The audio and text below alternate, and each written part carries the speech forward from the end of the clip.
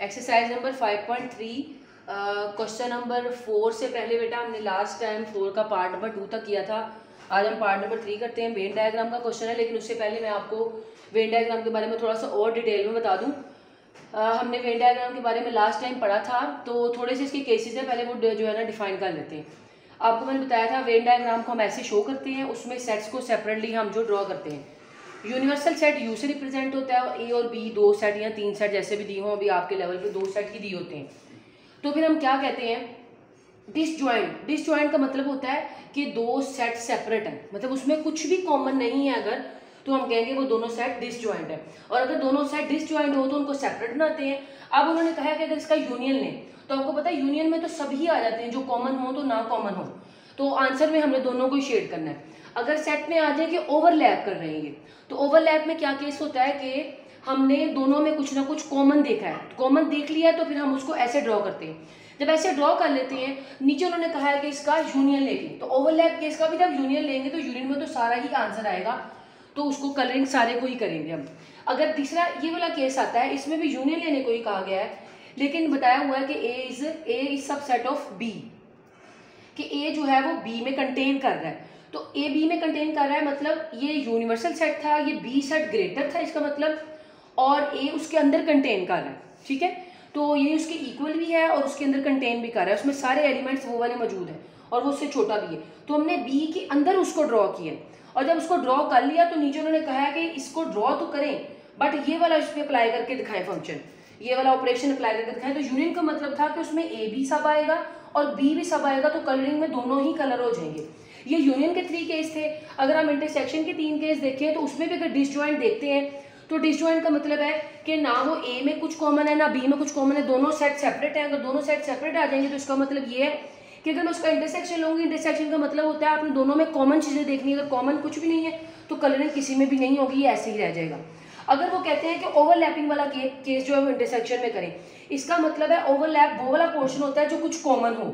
इसका मतलब जो ये पोर्शन है वो दोनों में कॉमन है, तो इंटरसेक्शन में कॉमन ही आंसर में आता है, इसलिए हमने कलरिंग इसको कर देनी है सेंटर वाले को, ठीक है। अगर वो कह रहे हैं कि ए जो है वो इसमें कंटेन कर रहा है बी में, और इसमें कह रहे हैं कि इंटरसेक्शन वाला केस अप्लाई करके दिखाएं, पहले हमने डायग्राम ड्रॉ कर ली। अब आपको पता है जो इंटरसेक्शन में आंसर आता होता है वो हमेशा छोटे वाला आता होता है।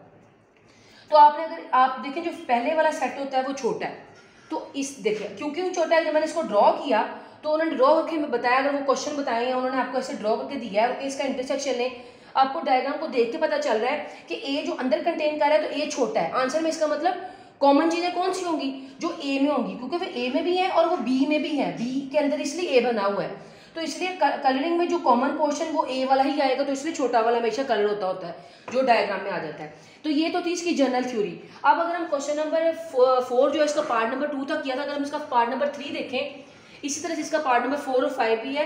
तो 3 में वो देखें उसने सेट ए की वैल्यू दी हुई है, सेट बी की वैल्यू दी हुई है और यू भी दिया हुआ है, यूनिवर्सल सेट 1 to 10 तक। अब उसने इसमें ये कहा है कि ए यूनियन बी का कॉम्प्लीमेंट ले, और राइट हैंड साइड प्रूव करनी है कि A complement intersection B complement, mean left hand side को सेपरेट प्रूव करना है वेन डायग्राम के थ्रू। उसमें क्वेश्चन नहीं सॉल्व करने को कहा उन्होंने, ये कहा है कि आपने वेन डायग्राम के थ्रू अपने इसको सॉल्व करके बताना है, और इस साइड को सॉल्व करना है, दोनों साइड्स का आंसर क्या आना चाहिए, इक्वल। हमने पहले राइट हैंड साइड को ले लिया, लेफ्ट हैंड साइड को ले लिया, सॉरी लेफ्ट हैंड साइड को ले लिया। तो आपको पता है कॉम्प्लीमेंट का मैंने आपको हमेशा मतलब बताया, जिसके ऊपर भी कॉम्प्लीमेंट लिखा हो हमने यू में से उस पूरी वैल्यू को माइनस करना होता है। कॉम्प्लीमेंट से नीचे जो वैल्यू होती है उसको सब में से माइनस करना होता है, मैंने यू में माइनस करके ये लिख लिया। अब जब मैंने अब उसको देखा, मैंने आपको कहा अपने रफ वर्क में इसको सॉल्व कर लेना है सारे क्वेश्चन को, आपने यूनियन बी लेके देखना है, जो आंसर आएगा उसको यहाँ रखना है, उसको यू में से माइनस करना है। तो आपका लास्ट पे ये 6 और 10 आंसर आता था जब मैंने ए और बी की वैल्यू पुट की रफ वर्क में, तो आंसर मेरे पास 6 और 10 आ गया। लास्ट फाइनली इसका आंसर है ये, ठीक है, ये इसका आंसर आया। तो अब इसकी डायग्राम ड्रॉ करनी, डायग्राम में मैंने पहले यू ड्रॉ कर लिया, ए ड्रॉ कर लिया, बी ड्रॉ कर लिया। अब देखना था कि इसमें डायग्राम ओवरलैप वाला केस होगा, डिसजॉइंट होगा, ये क्या होगा। तो अब देखें अगर तो इसमें कुछ कॉमन है तो इसका मतलब ये जो ओवरलैप वाला केस होगा।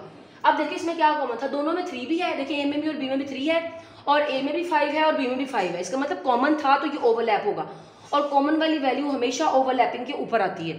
अब देखा ए में बाकी क्या बचे, ए में देखिए 1 बच गया, वो 1 इधर लिख लिया, 3 कॉमन में चला गया था, 3 छूट गया, 5 कॉमन में चला गया था, 5 भी छूट गया, 7 और 9 रह गए। अब बी में क्या रह गया, बी में 2 रह गया, 3 कॉमन में चला गया था, 4 रह गया, 5 कॉमन में चला गया था 8, मतलब वो बाकी इधर लिख लिया, यानी ओवरऑल ये सेट पूरा हो गया। इसके बाद यूनिवर्सल सेट था, वो था 1 to 10 तक। अब हमने तो यूनिवर्सल सेट को भी फिल करना होता है, मतलब बाकी नंबर तो सारे अंदर फिल हो गए, जो यू के अंदर ही थे, लेकिन 2 नंबर्स रह गए हैं, क्योंकि यहाँ 1 to 10 वैल्यू है, 1 2 3 4 5 6 नहीं है, 6 7 8 9 और 10, मतलब यू की तमाम वैल्यूज भी इसमें नजर आनी चाहिए। अब जो इन दोनों सेट में नहीं फिल हुआ, जो उनमें नहीं नजर आ रहा था, वो इसका मतलब यू में बाहर कहीं था, तो हमने इसको बाहर कहीं भी लिख देना। आप यहाँ लिख दें, आप यहाँ लिख दें। अब ये मैंने ओवरऑल कर दिया, अब मैंने इसको कलरिंग करना है। आपको पता है कि कलरिंग में हम कौन सा पोर्शन करेंगे, जो हमारा यहाँ आंसर आया हुआ है। अब देखिए आंसर आपका क्या है, आंसर में लिखा हुआ था 6 और 10, इसका मतलब इस डायग्राम में वो कलर पोर्शन होगा जिसमें 6 और 10 नजर आ रहा है। अब वो डायग्राम के अंदर तो नहीं वैल्यूज में नजर आ रहा, वो सेट में ये बाय यू में नजर आ रहा है, इसका मतलब ये यू वाला पोर्शन जो है वो कलर होगा, ये वाला सारा बाहर वाला, यानी सेट रह जाएंगे, क्योंकि आंसर में जो आंसर आएगा उस आंसर को देख के आपने कलरिंग करनी है, नंबर्स को ध्यान से देख के फिल करना है सेट्स को, और ये इसका मतलब है ये इस साइड का आंसर आ गया। इसी तरह जब आप इसकी सेकंड वाली साइड फिल कर जो सॉल्व करेंगे ना, वो भी आप सारी सॉल्व करेंगे रफ में, उसका आंसर भी यही आएगा, क्योंकि इक्वल है दोनों, उसकी डायग्राम बिल्कुल यही बनेगी और कलर भी ऐसे ही होंगे। बस ये होगा वो जो आपने पहले सेपरेट सेपरेट देखना है, आपने कंफर्म कर लेना रफ पे करके क्या मेरा आंसर ठीक है, और राइट हैंड साइड की डायग्राम सेपरेट बनेगी, लेफ्ट हैंड साइड की डायग्राम सेपरेट बनेगी। इसी तरह ये क्वेश्चन नंबर 4 कंप्लीट हो गया, हमारी एक्सरसाइज नंबर 5.3 आज कंप्लीट हो गई है। नेक्स्ट जो है ना वो हम आप करते हैं अपनी एक्सरसाइज नंबर 5.4 स्टार्ट करेंगे। जी स्टूडेंट, आप एक्सरसाइज नंबर 5.4 का क्वेश्चन नंबर 1 करते हैं। उससे पहले मैं आपको बताती हूँ इस एक्सरसाइज में हमने करना क्या है। इसमें हमने ऑर्डर पेयर और कार्टेशियन प्रोडक्ट के बारे में जो है ना पढ़ेंगे। वो अब जब क्वेश्चन करोगे तो आपको पता चलेगा वो क्या होता है कि ऑर्डर पेयर और कार्टेशियन प्रोडक्ट क्या होता है। यहाँ अपनी डेफिनेशन आपकी बुक पेज नंबर 98 पे ओपन करिए, इस पे लिखा हुआ order pair. Any two numbers के कोई भी दो नंबर यानी x और y हों, अगर हमारे पास दो number which can be written in the form of this, अगर उसको इस फॉर्म में लिखा जा सके तो इसको हम कहते हैं ये ऑर्डर की शक्ल में लिखें, मतलब x पहले और y बाद में। तो इसमें हम पहले वाले को कहेंगे ये फर्स्ट ऑर्डर है, और ये फर्स्ट ऑर्डर पेयर है, और ये सेकंड ऑर्डर पेयर है, ठीक है। और नीचे साथ डेफिनेशन में लिखा हुआ the order of number is important, कि ऑर्डर इंपॉर्टेंट होता है नंबर का, ये ऑर्डर बड़ा इंपॉर्टेंट है, जो फर्स्ट पे है वो बहुत इंपॉर्टेंट है। यानी हम अगर हमारे पास 2 3 ऑर्डर है, यानी 2 का मतलब है ये x की वैल्यू और 3 का मतलब है ये y की वैल्यू है, तो 2 ऑर्डर 3 को हम 3 ऑर्डर 2 कभी भी नहीं लिख सकते, क्योंकि यहाँ पर x की वैल्यू क्या है 3 और y की वैल्यू क्या है 2, बिल्कुल ऑपोजिट है वैल्यूज। तो ऑर्डर उसने क्या है बहुत इंपॉर्टेंट होता है, ये इसकी डेफिनेशन है, आपने बुक से अंडरलाइन कर लेनी है।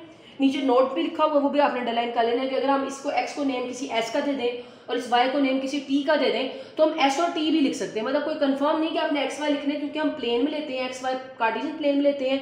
आपने 9th में पढ़ा भी होगा कार्टेशियन प्लेन, मैंने ही आपको पढ़ाया था कि कार्टेशियन प्लेन में हम x y यूज कर रहे होते हैं, तो इसलिए हम यहाँ पर x y general value use करते हैं, उसको कार्टेशियन प्लेन भी कहते हैं, ठीक है। आप क्वेश्चन नंबर 1 में वो यही हम बता रहे हैं कि if a equal to this b equal to this values दी हुई है सेट्स की, तो उसने कहा फाइंड करें a क्रॉस b, यानी कार्टेशियन प्रोडक्ट फाइंड करना इसको कहते हैं।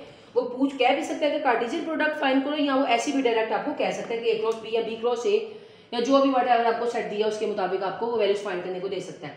हमें उसने a क्रॉस b और b क्रॉस a का है, हमने पहले a क्रॉस b निकाली है।